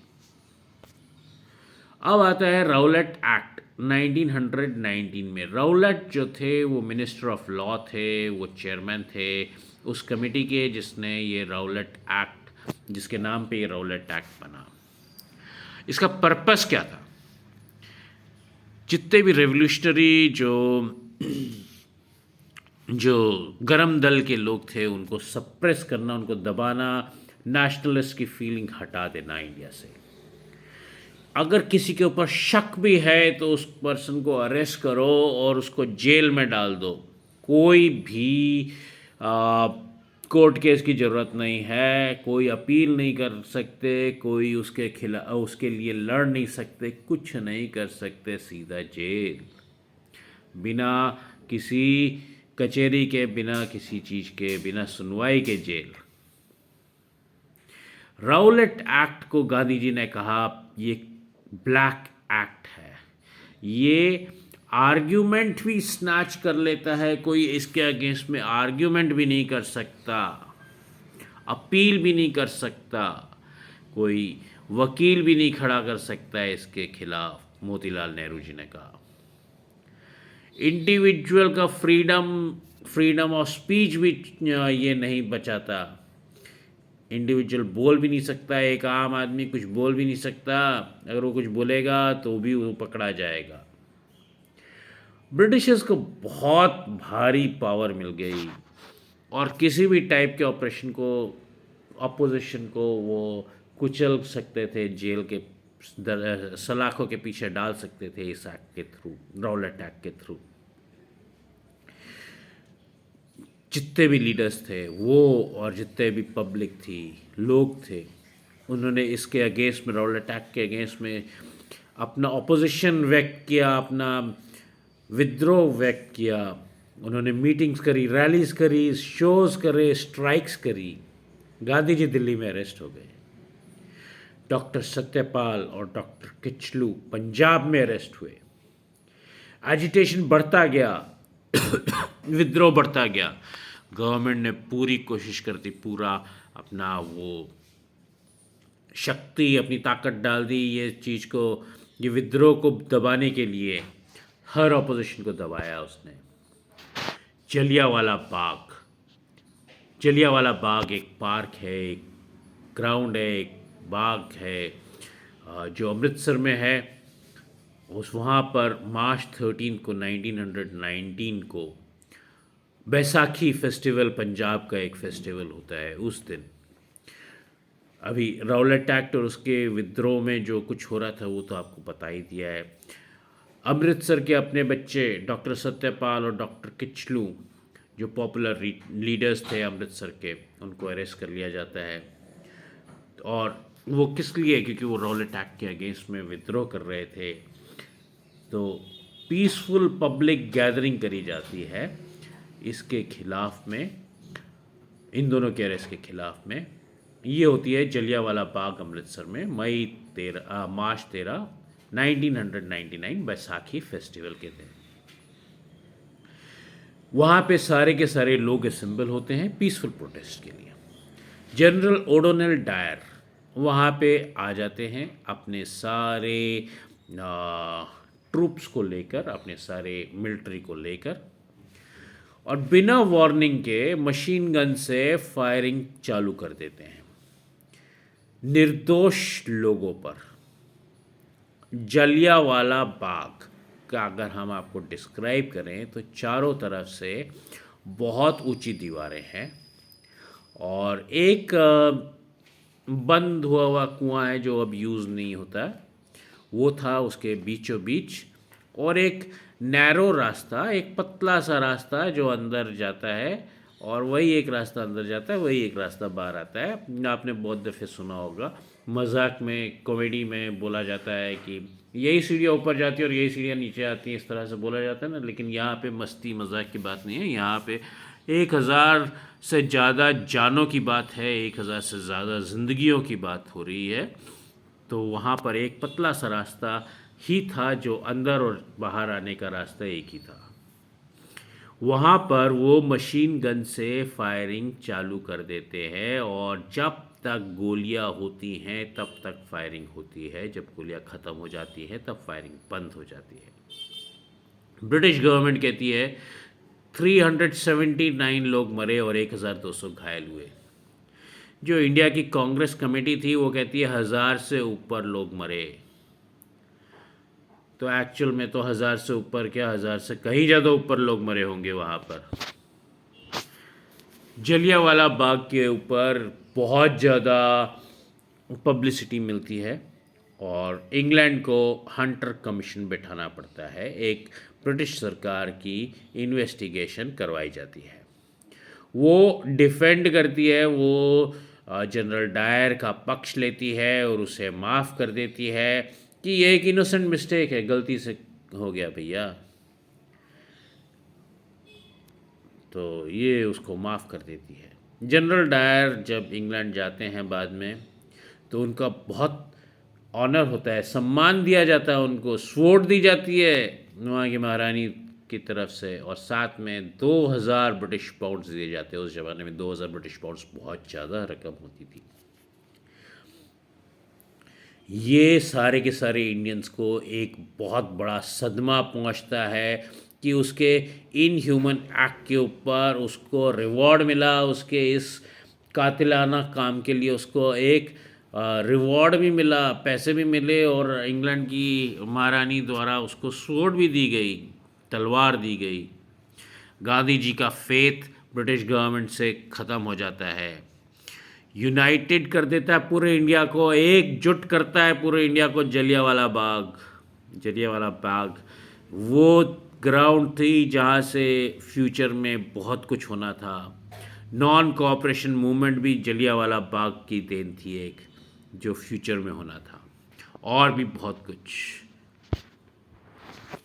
खिलाफत मूवमेंट वर्ल्ड वॉर वन के बाद में टर्की जो जर्मनी की तरफ था, वो मतलब टर्की जर्मनी की तरफ था और वर्ल्ड वॉर वन इंग्लैंड ने जीता। तो जब ट्रीटी साइन करी गई तो उसमें बहुत सारे strict, firm, harsh, unjust terms थे, कंडीशंस थे लूजिंग साइड के लिए।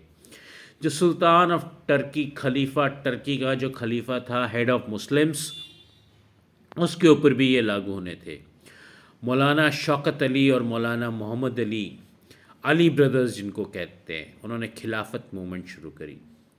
उन स्ट्रिक्ट टर्म्स एंड कंडीशंस जो टर्की के ऊपर, उसके सुल्तान, उसके खलीफा के ऊपर लगाए जा रहे थे, उसके खिलाफ में उसने ये खिलाफत मूवमेंट शुरू करी। इन दोनों भाइयों ने हिंदू मुस्लिम यूनिटी को ध्यान में रखते हुए गांधी जी ने कांग्रेस से सपोर्ट मांगी कि आप खिलाफत मूवमेंट को सपोर्ट करिए तो हिंदू मुस्लिम यूनाइटेड रहेंगे, और कांग्रेस की सपोर्ट के साथ खिलाफत मूवमेंट बहुत ज़्यादा बढ़ गई। इसके बाद में आती है 1920 से लेकर 1922 पे नॉन कोऑपरेशन मूवमेंट। अभी तक कांग्रेस जो थी वो डिमांड कर रही थी स्वशासन, self governance under the rule of the British empire, यानी कि ब्रिटिश एम्पायर तो रहेगा, उसके नीचे हम अपना शासन खुद करेंगे। तो ये अभी तक कांग्रेस की डिमांड थी, नरम दल की डिमांड, मॉडरेट्स की डिमांड ये थी। लेकिन दिसंबर 1922 में नागपुर कॉन्फ्रेंस होती है कांग्रेस की, और वहाँ पे नॉन कोऑपरेशन मूवमेंट के लिए सहमति बन जाती है। तो 1920 में नागपुर कांग्रेस कॉन्फ्रेंस के बाद में नॉन कोऑपरेशन मूवमेंट को समर्थन दिया जाता है, वो चालू करी जाती है, उसको अप्रूव किया जाता है। और अब आती है डिमांड स्वराज्य की। अब हमको स्वराज्य चाहिए, यानी कि ऊपर से स्वशासन तो होएगा ही, लेकिन ऊपर इंग्लैंड का शासन नहीं रहेगा, ऊपर भी इंडिया ही है, नीचे भी इंडिया ही है। Demand for complete freedom, complete independent India. अभी तक स्वशासन था, अब independent India, complete independent India. Non cooperation movement के कुछ पॉजिटिव एस्पेक्ट्स भी थे। हिंदू मुस्लिम यूनिटी मजबूत होती है। स्वदेशी बने हुए आर्टिकल्स डिमांड में आते हैं, उनके ऊपर वापस उनका इम्पोर्टेंस समझाया जाता है। चरखा जो स्पिनिंग व्हील होता है वो घर घर में पहुंचाया जाता है, हर घर में चरखा काता जाता है, रुई से धागा बनाया जाता है जो आगे खड्डी में जाके कपड़ा बनेगा, जिससे उसका घर घर में फैलाव हो जाता है। तिलक जो होते हैं स्वराज्य फंड 1 करोड़ रुपए का कलेक्ट करना की घोषणा करते हैं। अनटचेबिलिटी की एबॉलिशन करना यानी कि हटा देना पूरे इंडिया से। नेशनल एजुकेशन, एक एजुकेशन भी डालना। नॉन कोऑपरेशन मूवमेंट के कुछ नेगेटिव एस्पेक्ट्स भी थे, जिसमें आता है giving up government jobs, leaving schools and colleges. School colleges छोड़ दिए, गवर्नमेंट जॉब छोड़ दिए, बॉयकॉट कर दिया लेजिस्लेचर का, गवर्नमेंट कोर्ट से नौकरी छोड़ दी, लोकल सेल्फ गवर्नमेंट से रिज़ाइन कर दिया, गवर्नमेंट फंक्शंस को बॉयकॉट किया, अपने जो टाइटल्स उनको दिए गए थे उनको छोड़ दिया, फॉरेन ब्रिटिश गुड्स को छोड़ दिया, क्लॉथ को छोड़ दिया, आर्टिकल्स को छोड़ दिया। ये चीज़ें इंपॉर्टेंट थी। Boycott of foreign British goods, cloth, articles etcetera. Mahatma Gandhi ji ने भी अपना टाइटल जो उनको दिया गया था केसर हिंद, वो सरेंडर कर दिया। रविंद्रनाथ टैगोर को नाइटहुड, सर का टाइटल दिया गया था, वो उन्होंने सरेंडर कर दिया। सभी लीडर्स ने अपना टाइटल्स और पोजीशन सरेंडर कर दिए। जो स्टूडेंट्स इंग्लिश स्कूल्स में पढ़ रहे थे या कॉलेज में पढ़ रहे थे, उन्होंने स्कूल कॉलेज छोड़ दिए। National schools and colleges establish करे गए, जैसे काशी में, बिहार में जामिया मिलिया, गुजरात विद्यापीठ, इस तरह के नेशनल कॉलेजेस, नेशनल स्कूल्स वहाँ पे स्थापित हुए। पूरे इंडिया में फॉरेन गुड्स को आग लगा दी गई, प्रोपेगेंडा हुआ स्वदेशी गुड्स का। इंग्लैंड से इंपोर्ट रिड्यूस हो गया, बहुत गिर गया। क्लॉथ, फुटवेयर, पैरों का सामान, लग्जूरियस आइटम्स, आरामदायक चीज़ें, ये सब चीज़ें का इंपोर्ट बंद कर दिया गया, एक तरीके से बहुत कम कर दिया गया।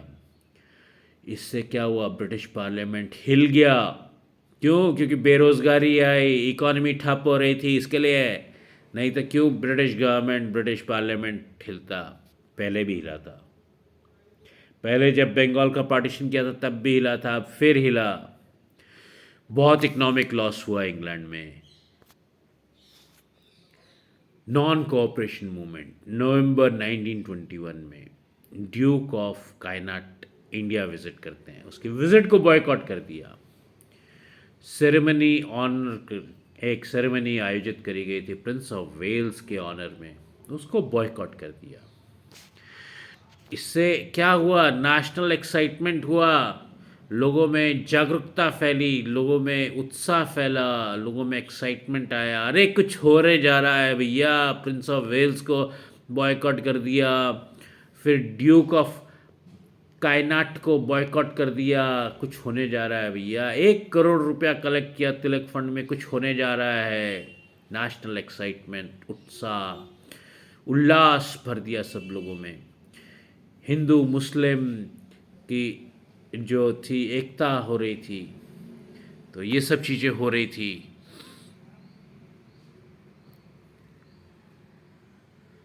Hindu Muslim unity, Moplah revolt जो मालाबार में है, वहाँ से आप देखते हो कि हिंदू मुस्लिम जो यूनिटी थी वो टूटी। इन दोनों के बीच में आपस में लड़ाइयाँ हुई, राइट्स हुए। हिंदू लैंडलॉर्ड्स थे वहाँ पे, और मुस्लिम जो थे वो खेतों में काम करने वाले किसान या मज़दूर कह लीजिए उनको, वो थे। तो इसको सप्रेस किया ब्रिटिश आर्मी ने, इसका खास क्रिटिसिज्म होना चाहिए। ये पॉलिसी ऑफ सप्रेशन तो इंग्लैंड वालों के पास में शुरू से ही था कि हर चीज़ को वो विद्रोह, हर चीज़ का विद्रोह या हर चीज़ को वो कुचल देते थे। अनकंट्रोल्ड लाठीचार्ज करते थे, बहुत बुरी तरीके से लाठीचार्ज करते थे, फायरिंग भी करते थे, सब लोगों को इकट्ठा करके अरेस्ट कर लेते थे और लोगों को डंडे मारते थे और पता नहीं क्या क्या बर्फ़ की सिल्लियों पे उनको रख के उनको टॉर्चर करते थे, डंडे भी मारते थे, इनह्यूमन टॉर्चर करते थे, बहुत बुरा टॉर्चर करते थे। तो हिंदू मुस्लिम यूनिटी को ब्रिटिशर्स तो तोड़ते आ रहे थे, इतने टाइम से तोड़ रहे थे और अभी भी तोड़ रहे थे। बीच में आता है चौरी चौरा इंसिडेंट। चौरी चौरा इंसिडेंट हम इसलिए आपको बताते हैं कि क्योंकि यहाँ से नॉन कोऑपरेशन मूवमेंट जो है उसको विड्रॉ किया जाता है। तो फरवरी 5, 1922 को चौरी चौरा एक छोटा सा गांव है गोरखपुर यूपी में, वहाँ पर क्या हुआ कि लोग रैली निकाल रहे थे, नॉन कोऑपरेशन मूवमेंट की रैली निकाल रहे थे, सरकार का विद्रोह कर रहे थे, गवर्नमेंट का ऑपोजिशन कर रहे थे। पुलिस ने फायरिंग चालू कर दी लोगों के ऊपर, निहत्थे लोगों के ऊपर। लाठीचार्ज भी कर सकते थे, अरेस्ट भी कर सकते थे, लेकिन नहीं, फायरिंग ही करी पुलिस ने। और जब तक उनकी बुलेट्स रहीं, उनके हाथ में गोलियां रहीं पुलिस वालों के, तब तक उन्होंने लोगों के ऊपर फायरिंग करी। और जब बुलेट्स ख़त्म हो गई, उनकी गोलियां ख़त्म हो गई पुलिस वालों की, तो लोगों ने वापस पुलिस को अटैक कर दिया। ये जो नॉन कोऑपरेशन मूवमेंट की जो रैली थी, ये एक मतलब नॉन वायलेंट रैली थी और इसको पब्लिक, पुलिस ने तो गोलियां चलाई दी, अब पब्लिक भी नॉन वायलेंस को छोड़ के वायलेंस पे आ गई। पब्लिक ने पुलिस के ऊपर रिटर्न अटैक कर दिया। लेकिन तब जब बुलेट्स ख़त्म हो गई पुलिस के पास, पुलिस भाग के वापस अपने पुलिस स्टेशन के अंदर घुस के उसने अपना दरवाज़ा अंदर से बंद कर लिया। ये जो आगे बता रहा हूँ आपको, ये इंसिडेंट आपकी बुक में नहीं लिखा हुआ है, कि उसकी डिस्क्रिप्शन जो दे रहा हूँ वो इंसिडेंट नहीं लिखा हुआ आपकी बुक में। पुलिस वालों ने अपने पुलिस स्टेशन में घुस के अंदर से दरवाज़ा बंद कर दिया, लोगों ने वो बाहर से दरवाज़ा उनका बंद कर दिया और उसके ऊपर आग लगा दी पुलिस स्टेशन पर। अब ये जो बता रहा हूँ ये लिखा हुआ आपकी बुक में। तो लोगों ने पुलिस स्टेशन पे आग लगा दी और करीब 21 पुलिसमैन वहाँ पे जल के मर गए उस पुलिस स्टेशन में। गांधी जी जो थे, जो नॉन वायलेंट करते थे, तो उन्होंने कहा कि I have committed a Himalayan blunder by giving the tool of satyagraha in the hands of the people who do not understand the value of non-violence। Gandhi ji ने कहा कि ये कहावत पहले आपको समझा देता हूँ। हिमालयन ब्लंडर, जैसे हिमालय बहुत दुनिया का सबसे ऊंचा पहाड़ है, वैसे ही मैंने बहुत बड़ी गलती कर दी है कि मैंने सत्याग्रह का जो औजार है, जो तीर कमान है, जो वेपन है, वो मैंने लोगों के हाथ में दे दिया है। उन लोगों के हाथ में जिनको नॉन वायलेंस का, सत्याग्रह का मतलब नहीं पता है, उनके हाथ में ये सत्याग्रह का मतलब का वेपन चला गया है। अब वो उसको कैसे चलाएंगे मेरे को भी नहीं पता। तो उन्होंने इमीडिएट बेसिस पे नॉन कोऑपरेशन मूवमेंट को बंद कर दिया। नॉन कोऑपरेशन मूवमेंट के इम्पोर्टेंस और इफ़ेक्ट्स के ऊपर अगर हम आए, तो जो उसको रिज़ल्ट चाहिए था वो वहाँ तक नहीं पहुँचा, बीच में ही बंद करना पड़ गया। नेगेटिव और कंस्ट्रक्टिव एस्पेक्ट्स जो है वो ये है कि उसने लोगों में उनके राइट्स, उनकी जो उनको मिलना चाहिए सरकार की तरफ से, उसके बारे में उनको चेतना, उनके अंदर अवेयरनेस, उसकी नॉलेज डाल दी उसमें पब्लिक में। तो नेगेटिव एटमॉस्फेयर गवर्नमेंट के अगेंस्ट में क्रिएट हुआ। गवर्नमेंट के अगेंस्ट में एटमॉस्फेयर, पब्लिक जो थी गवर्नमेंट के अगेंस्ट में आ गई। ऑपोजिशन, जो भी इनजस्टिस होती है, जो भी लोगों को न्याय नहीं मिलता है, तो उसका लोग विद्रोह करने लगे। उसके अगेंस्ट में न्याय नहीं मिल रहा है, इसके लिए लोग विद्रोह करने लग गए गवर्नमेंट के अगेंस्ट में। पॉलिटिकल अवेयरनेस आई, सब टाइप के लोगों में, अमीर, गरीब, पढ़ा लिखा, नहीं पढ़ा लिखा, ऊंची कॉम का, ऊंचे स्टेटस वाला, नीचे स्टेटस वाला, ज़्यादा पैसे वाला, कम पैसे वाला, हर तरह की डाइवर्सिटी के लोगों के अंदर नेशनल अवेयरनेस, पॉलिटिकल अवेयरनेस आई, इंडिया के प्रति अवेयरनेस आई। और लोगों की फेथ जागी कि हम ब्रिटिशर्स से, अंग्रेज़ों से आज़ादी ले सकते हैं। और ये बहुत ही एक स्ट्रॉन्ग फीलिंग थी जो अब तक नहीं आई थी। वो अब आ गई कि अब हमको आज़ादी चाहिए और हम ले सकते हैं। अब जो था इतनी लाठीचार्ज हो गई, सब कुछ हो गया, लोगों को पकड़ पकड़ के ब्रिटिशर्स ने जेल में डाला, तो अब उन पब्लिक के माइंड से लाठीचार्ज या जेल में जाने का डर सब ख़त्म हो चुका था। बच्चे, बूढ़े और जवान, लड़कियां, औरतें सब आगे आए नेशन, मदरलैंड, मातृभूमि के लिए कि हमको हमारे भारत के लिए, हमारे इंडिया के लिए आज़ादी चाहिए। कांग्रेस जो थी वो लोगों की ऑर्गेनाइजेशन बन गई, घर घर की ऑर्गेनाइजेशन बन गई कांग्रेस। कांग्रेस को स्टार्ट करने वाला कौन था? याद है तो बता दीजिए, मेरे को कमेंट में डाल के दीजिए कि कांग्रेस को स्टार्ट करने वाला कौन था। तो अभी कांग्रेस जो है घर घर की ऑर्गेनाइजेशन बन गई, घर घर में से लोग कांग्रेस में जाने लगे।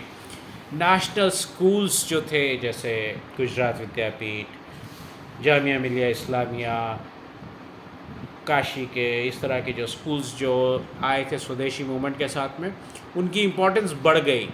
हिंदी लैंग्वेज को इंग्लिश के ऊपर में इम्पोर्टेंस मिली।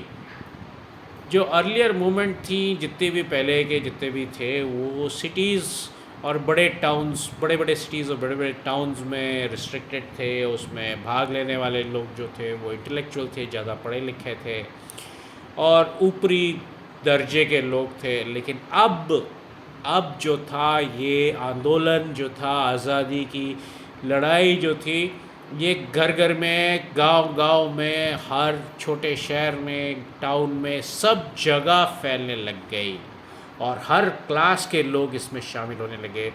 अमीर, गरीब, हिंदू, मुस्लिम, अपर कास्ट, लोअर कास्ट, सब टाइप के लोग इसमें आने लग गए। अब जो है, अब हम आते हैं स्वराज्य पार्टी। स्वराज्य पार्टी जो है, नॉन कोऑपरेशन मूवमेंट जब विड्रॉ किया गया, उसके बाद में लोगों के अंदर में जागरूकता तो आई गई थी। अब वो जागरूकता को बनाए रखने के लिए एक चीज़ का गठन किया चित्तरंजन दास मुंशी जी ने और मोतीलाल नेहरू जी ने। मोतीलाल नेहरू जी कौन थे? जवाहरलाल नेहरू जी के पिताजी, उनके फादर। उन्होंने पार्टी बनाई स्वराज्य पार्टी। उसका पर्पस क्या था? पार्टी तो बना ली, लेकिन उसका मकसद क्या था, पर्पस क्या था, वो तो जान लें। उसकी पार्टी का मतलब था, पर्पस था कि लेजिस्लेटिव असेंबली में अपनी इलेक्शन लड़ो, लेजिस्लेटिव असेंबली में सीट जीत के अब लोगों का नेतृत्व, लोगों का रिप्रेजेंटेशन करो वहाँ पे लेजिस्लेटिव असेंबलीज़ में। और जो सरकार की जो अच्छी नीतियाँ नहीं हैं, अनफेयर पॉलिसीज़ हैं जो हिंदुस्तान और इंडियंस के ख़िलाफ़ है, उनका विद्रोह वहीं से कर दो, उनको बनने ना दो। तो ये कंस्ट्रक्टिव एटीट्यूड के साथ में ये जो था, और गांधी जी के जो कंस्ट्रक्टिव नॉन कोऑपरेशन मूवमेंट और उसके कंस्ट्रक्टिव एक्टिविटीज़ जो थी, उसको भी इन्होंने अडॉप्ट करा साथ में ही अपने स्वराज्य पार्टी में। जैसे अनटचेबिलिटी, छुआछूत को, और इस तरह के और भी सोशल रिफॉर्म्स को उन्होंने अडॉप्ट किया। हिंदू मुस्लिम यूनिटी को भी प्रमोट किया, लिकर प्रोहिबिशन को भी प्रमोट किया, यानी कि शराब, दारू ये जो है ये ना पी जाए। और स्पिनिंग व्हील, चरखा जो है, उसका घर घर में प्रचलन किया कि घर घर में चरखा चले और उससे धागा बने और उस धागे से खड्डी पर कपड़ा बने खादी का। नवंबर 1923 में स्वराज्य पार्टी ने इलेक्शंस लड़े, इलेक्शंस में खड़े हुए और लड़े लेजिस्लेचर के लिए, लेजिस्लेटिव सीट्स के लिए, लेजिस्लेटिव असेंबलीज़ के लिए। स्वराज्य पार्टी को इलेक्शन में सेंट्रल में और साथ में प्रोविंशियल लेजिस्लेटिव असेंबली में ये आई, दोनों में काफ़ी अच्छी मेजॉरिटी मिली उसको। बंगाल में उसको मेजॉरिटी नहीं मिली, स्ट्रॉन्ग पार्टी उभर के आई। क्लियर मेजॉरिटी नहीं मिली, लेकिन स्ट्रॉन्ग पार्टी उभर के आई। बहुत ज़्यादा उसके कैंडिडेट से बहुत ज़्यादा सीटें थी। तो मोतीलाल नेहरू जी जो है वो सेंट्रल लेजिस्लेचर में इलेक्ट हुए और चित्तरंजन दास मुंशी जी जो है बंगाल के प्रोविंस में इलेक्ट हुए। गवर्नमेंट को जो बजट गवर्नमेंट देती थी उसको डिसअप्रूव करते थे ये लोग इंडिया के फेवर में काम करने के लिए लेजिस्लेटिव असेंबली में गए कि गलत कानून ना पास होए, गलत बजट्स ना बने, गलत चीज़ें ना होए, इंडिया को के लिए जो अच्छा है वो चीज़ लाने की कोशिश करो और गलत चीज़ को हटाने की कोशिश करो इससे पहले कि वो लॉ बने, इससे पहले कि गवर्नमेंट उसको अडॉप्ट करे। इन्होंने बहुत सारी अनजस्ट पॉलिसीज़ गवर्नमेंट की जो थी उसको विद्रोह किया, उसका आने नहीं दिया, कोशिश तो अपनी तरफ से करी और इन्होंने गवर्नमेंट को मजबूर किया कि वो लोगों की प्रॉब्लम्स जो थी, ग्राउंड रियलिटी की प्रॉब्लम्स, उसको सुने, उसको देखे, उसको उसके ऊपर काम करें। और सरकार को साइमन कमीशन 2 साल पहले लाना पड़ा। क्यों? क्योंकि स्वराज्य पार्टी काम करने लगी थी।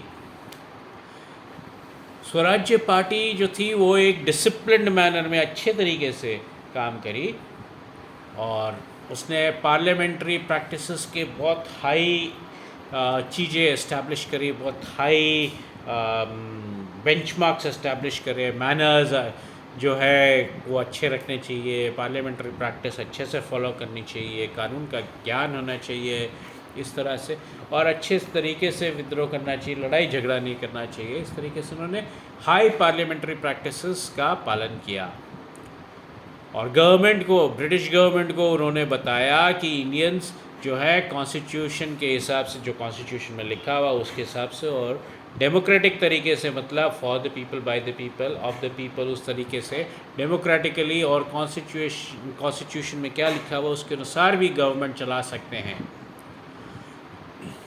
जितना भी एजुकेटेड क्लास था, हाई क्लास था लोगों का, जो पढ़े लिखे लोग थे, वो स्वराज्य पार्टी की तरफ अट्रैक्ट हुए।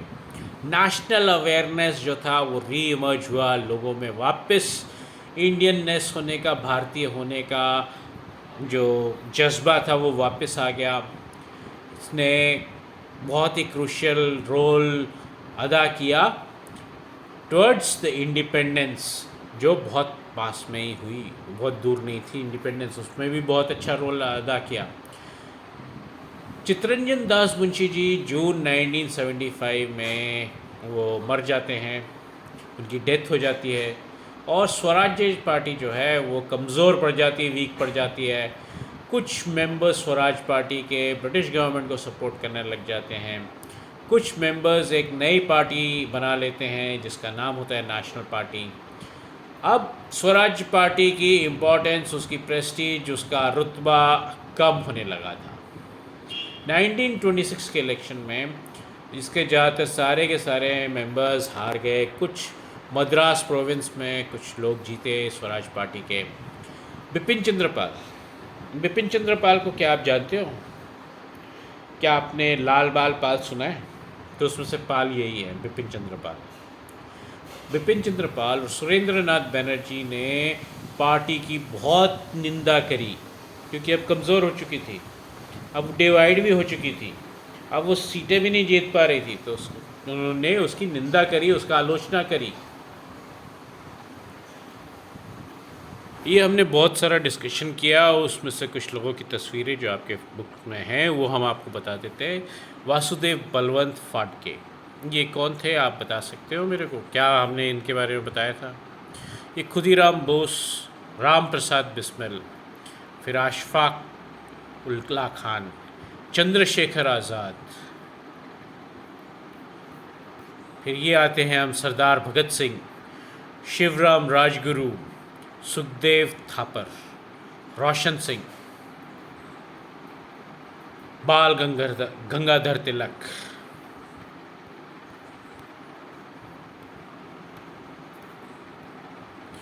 वीर सावरकर, मदन लाल ढींगरा और उधम सिंह, श्यामजी कृष्णा वर्मा, मैडम कामा।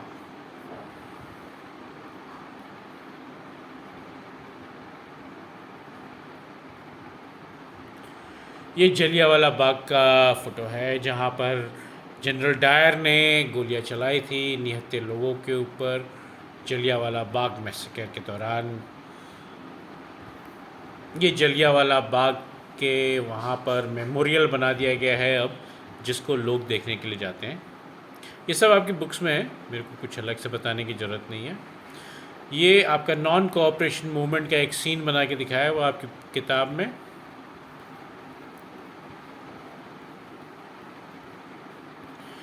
तो इसी के साथ we come to the end of the chapter, और अगले चैप्टर में आपसे फिर मुलाकात होएगी। तब तक wish you all the best.